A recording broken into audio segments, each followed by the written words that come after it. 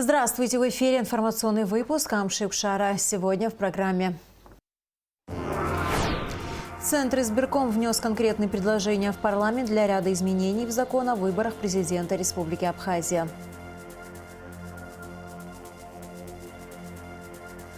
Подведены итоги программы поддерживающего кураторства и иммунизации детского населения Абхазии.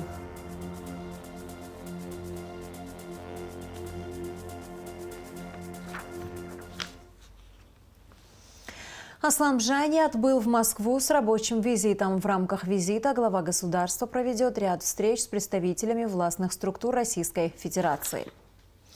Депутаты Народного собрания Абхазии приняли обращение в Государственную Думу России по вопросу урегулирования поставки нефтепродуктов в Республику Абхазия. Постановление принято единогласно на заседании прошлой сессии. Парламентарии обратились с просьбой к российским коллегам изучить возникшую ситуацию и довести до руководства правительства России позицию абхазской стороны о необходимости пересмотра постановления правительства Российской Федерации от 16 декабря 2023 года в части определения единственного экспортера нефтепродуктов в Абхазию и обеспечения возможности сохранения фундаментальных принципов рынка свободы заключения контрактов. Центральная избирательная комиссия Абхазии предлагает внести некоторые изменения в закон о выборах президента. Речь идет о конкретных мерах, которые следует принять во избежание разночтения существующих законодательных норм. ЦИК предложил парламентариям установить срок обжалования решения, изменить пределы явки во втором туре, а также установить новые условия действия графы «против всех». Почему, по мнению ЦИК, такие изменения необходимы, в репортаже Асиды Малия. Сроки обжалования решения Центральной избирательной комиссии необходимо обозначить конкретнее. Это позволит избежать недоразумений и разночтения законодательных норм, считают в Центре избиркоме. По словам председателя Дмитрия Маршан, достаточно 1 месяца. Это период до вступления избранного кандидата к законным обязанностям. Закон разрешает, соответственно, это с позиции Конституции, конституционных законов, обжаловать решение Центральной избирательной комиссии, как кандидатам, так и избирателям. Если вдруг мы неправильные решения принимаем, это будет судом установлено, чтобы это все устанавливалось до инаугурации избранного президента.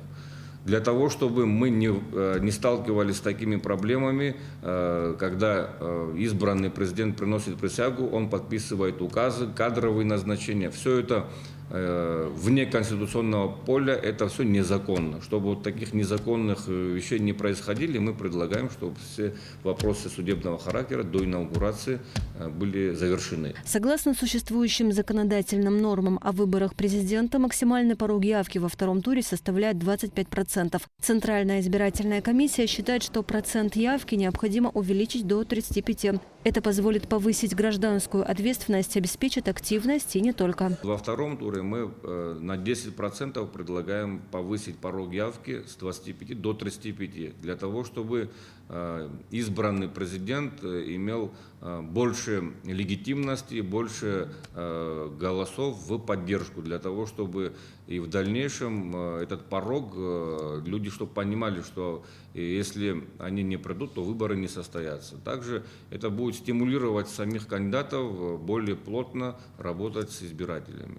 Также Центр избирком считает, что графе «против всех» необходимо придать большую смысловую нагрузку. Согласно озвученным предложениям, если простое большинство графы «против всех» превысит голоса «за» относительно каждого кандидата, то будут назначаться новые выборы уже с другими кандидатами. Если графа «против всех» в первом туре набирает первое место, чтобы это рабочая графа была, чтобы это не просто формально было закреплено в законе, мы предлагаем, если графа «против всех» набирает первое место, назначить новые выборы, чтобы не было второго тура. И чтобы те кандидаты, которые не смогли набрать больше, чем графа «против всех», чтобы они не имели права баллотироваться в этой предвыборной кампании. Как сообщил Дмитрий Маршан, следующие выборы в президенты приходятся на 2025 год, на март месяц. Дату проведения выборов, как обычно, назначает парламент. В ЦИК надеются, что озвученные ими предложения позволят усовершенствовать существующее законодательство. И в этом вопросе они полагаются на депутатов. Асида Малия, Алексей Гухава, Абхазское телевидение. Веерные отключения электричества в Абхазии продлены на неопределенный срок, сообщили в пресс-службе Черноморэнерго. Уточняется, что отключать электричество будут по одному разу в сутки на 2 часа во всех городах и районах страны. Согласование объемов перетока электроэнергии из России происходит ежедневно на следующие сутки. Ограничения связаны с техническими причинами с российской стороны, рост потребления Юга России, плановый ремонт 4 блока Ростовской АЭС и аварийный ремонт генерирующего оборудования на Новочеркасской ГРЭС и в Донбасской энергосистеме. Во вторник, во второй половине дня по улице Подгорной в Сухуми загорелся частный дом. К моменту приезда пожарных крыша дома была охвачена пламенем. Пожар был локализован, пострадавших нет, отметили в пресс-службе спасательного ведомства. В тушении огня были задействованы 4 пожарных расчета и 1 спасательное отделение МЧС. 2 жителей Абхазии привлечены к уголовной ответственности за незаконное хранение, перевозку и хранение без цели сбыта наркотических веществ в особо крупном размере. Далее оперативная съемка МВД. Незаконное приобретение, хранение, перевозка без цели сбыта наркотического средства в особо крупном размере вменяется жителю города Сухум Кара-Осман-Оглы Эмиру Руслановичу 1999 года рождения. У мужчины при личном досмотре изъято более 5 граммов сильнодействующего наркотика метадон.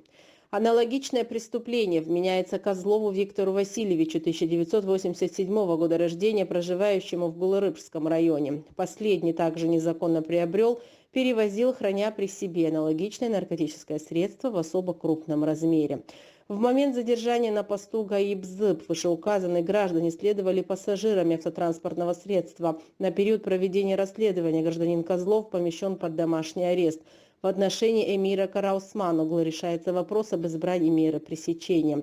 Оперативные мероприятия по обнаружению и изъятию наркотического средства провели сотрудники уголовного розыска Бзыпского отдела милиции УВД по Гагарскому району. Расследование уголовных дел проводит следственный отдел Гагарского РУВД.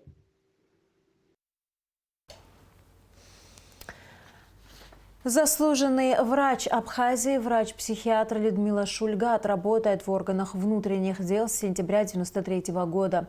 О ветеране труда, враче высшей категории, посвятившем всю свою жизнь профессии, репортаж пресс-службы МВД. Министр внутренних дел, генерал-майор милиции Роберт Кют принял участие в проводах на заслуженный отдых сотрудницы службы медико-санитарной части МВД заслуженного врача Республики Абхазия, врача-психиатра Людмилы Шульгат. С сентября 1993 года Людмила Константиновна работает в органах внутренних дел Республики Абхазия в должности врача-психиатра ведомственной поликлиники. Ветеран труда, врач высшей категории, Людмила Константиновна свой профессиональный путь начинала в 1957 году. Поступив санитаркой психоневрологической больницы Министерства здравоохранения Абхазской АССР, а с 1967 года после окончания Московского государственного медицинского института имени Пирогова Шульгат работала врачом и с 1976 года заведующей отделением психоневрологической больницы. Как отметил в своем поздравлении Роберт Кют, Людмила Шульгат не только врач-наставник, но и человек с большой буквы. Она обладает скромностью и высокой ответственностью, всегда позитивной, создает комфортные для всех сотрудников условия работы. Огромное вам спасибо, на самом деле, за весь тот труд, который вы вложили в Министерство внутренних дел и многие другие организации, которые позволило, на самом деле, сохранить многие жизни и здоровым ребятам в строю находиться всегда. Спасибо вам огромное. Подготовить такой замечательный коллектив, который сегодня дальше будет продолжать вашу работу. Это, я считаю, что очень самая важная задача, которая вами была выполнена. В свою очередь, хочу вам пожелать крепкого здоровья. Мы всегда с вами рядом. Можете в любое время обращаться. Чем можем, всегда поможем. Спасибо. 31 октября 2018 года указом президента Республики Абхазия Людмила Константиновна была удостоена почетного звания «Заслуженный врач Республики Абхазия». За время работы доктор Шульгат проходила специализацию и усовершенствование по психиатрии в НИИ по судебной психиатрии имени Сербского и известных профильных центрах советского периода Российской Федерации и ближнего зарубежья. Профессия как жизнь, и сегодня доктор Шульгат, имея за плечами более 60 лет опыта и непрерывной практики, трудится на профессиональном поприще. 5 лет тому назад мы праздновали то событие, когда вам дали заслуженного врача Республики Абхазия. Мы также торжественно здесь это отмечали. Я думаю, что это тоже торжественное событие, что мы провожаем вас, но вы, как я говорю всегда, от нас так просто не отделаетесь. Вам от всего коллектива огромное спасибо, крепкого здоровья, исполнения всех ваших желаний, чтобы вы всегда знали, что мы всегда на связи. Ушли вы дома, не дома, я говорю еще раз, от нас вы так просто не избавитесь. Мы вас любим, уважаем, я думаю, весь коллектив меня поддержит. Желаем Людмиле Константиновне еще многие годы быть такой же позитивной и жизнедеятельной, доброго здравия и благополучия. Пусть ваша мудрость, чуткость и доброе сердце подсказывают правильные решения, а впереди ждет только хорошее и светлое.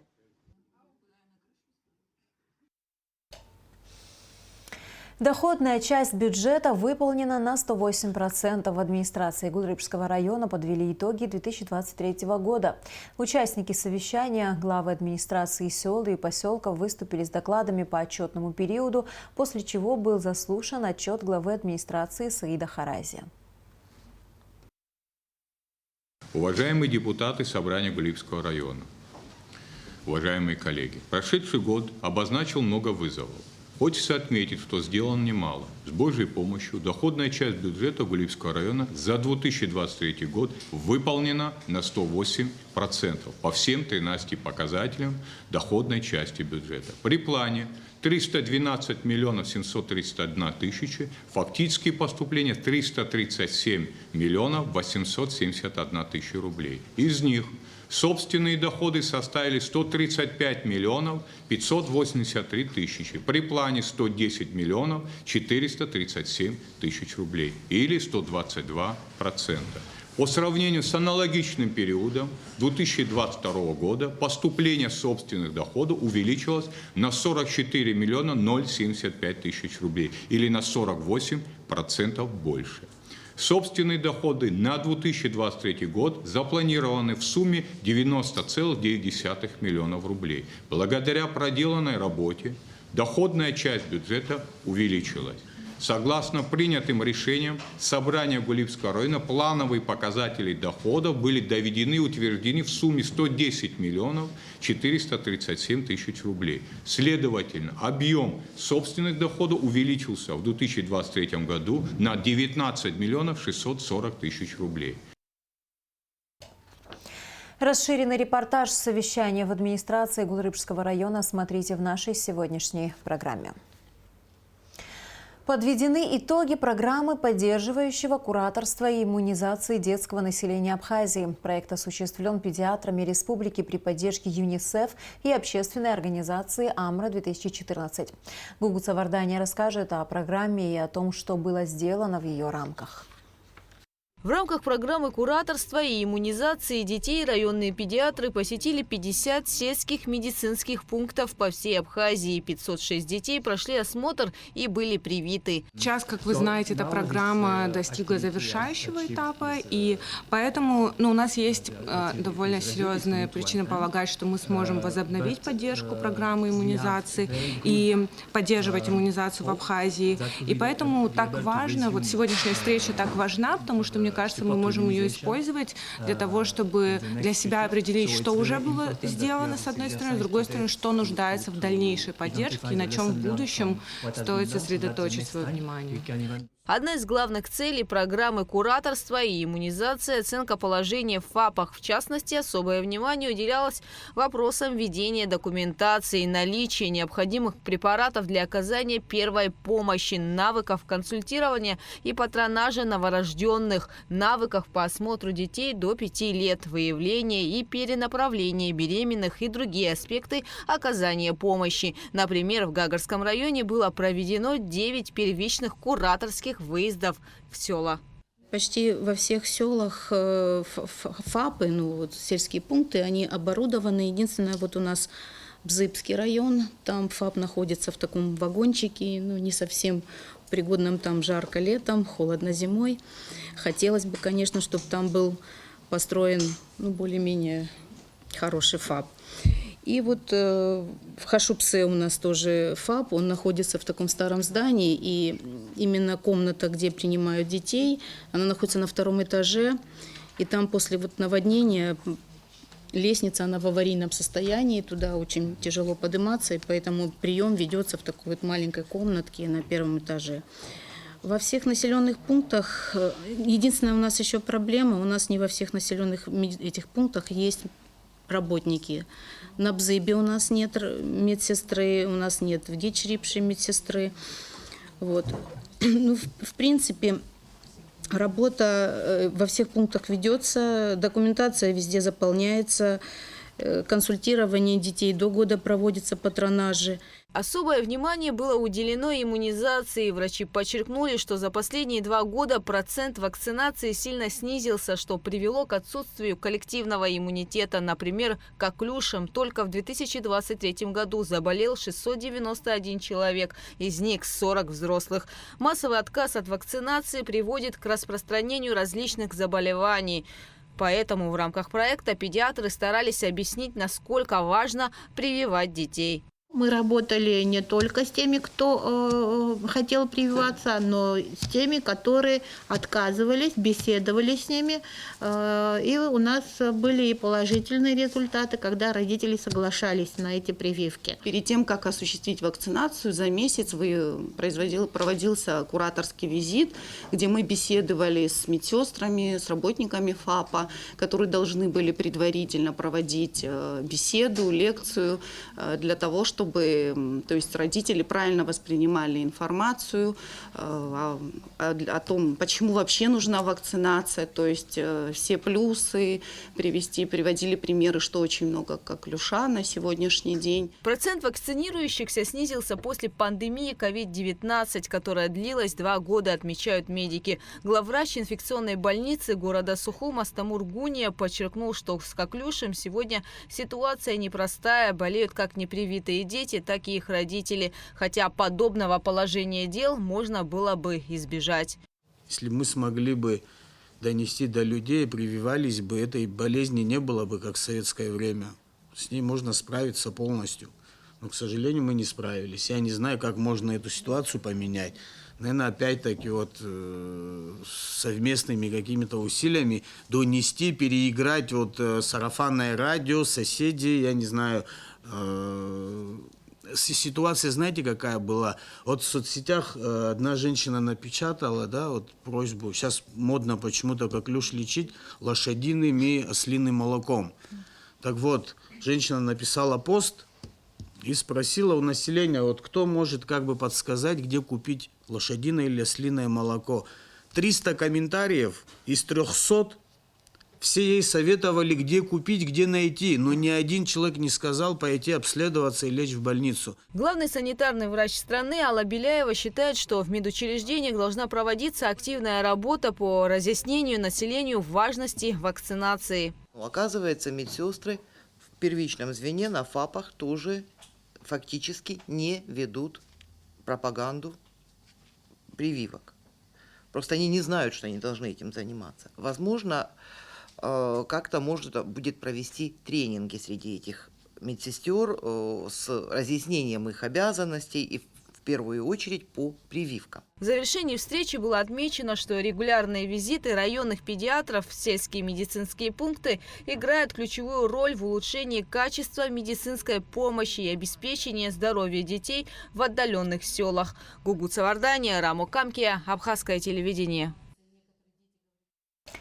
Народный артист Абхазии, адыгский режиссер Касэ Хачигогу 30 января отмечает юбилей – 75-летие. Бывший главный режиссер Адыгского национального театра, экс-министр культуры Адыгеи Касэ Хачигогу – большой друг нашей страны. Именно благодаря ему в 1982 году театр из Братской республики впервые приехал в Абхазию с гастролями. И это был первый культурный мост в театральном искусстве двух народов. На счету режиссера десятки спектаклей, в числе которых впервые переведенный на адыгский язык пьесы. На сцене Абхазского драматического театра выступали труппы из Адыгеи с богатым репертуаром. А сразу после Отечественной войны народа Абхазии на сцене драмтеатра Тартюф, Мольера сыграли абхазские актеры под режиссурой Хачигогу. Репортаж Асиды Мали о народном артисте Абхазии, адыгском режиссере смотрите сразу после новостей. И в завершении выпуска о погоде. По сообщению гидрометцентра, в среду 31 января на территории Абхазии ожидается переменная облачность без осадков. Температура воздуха ночью минус 1,4, днем 6-11 градусов. Температура морской воды 10 градусов.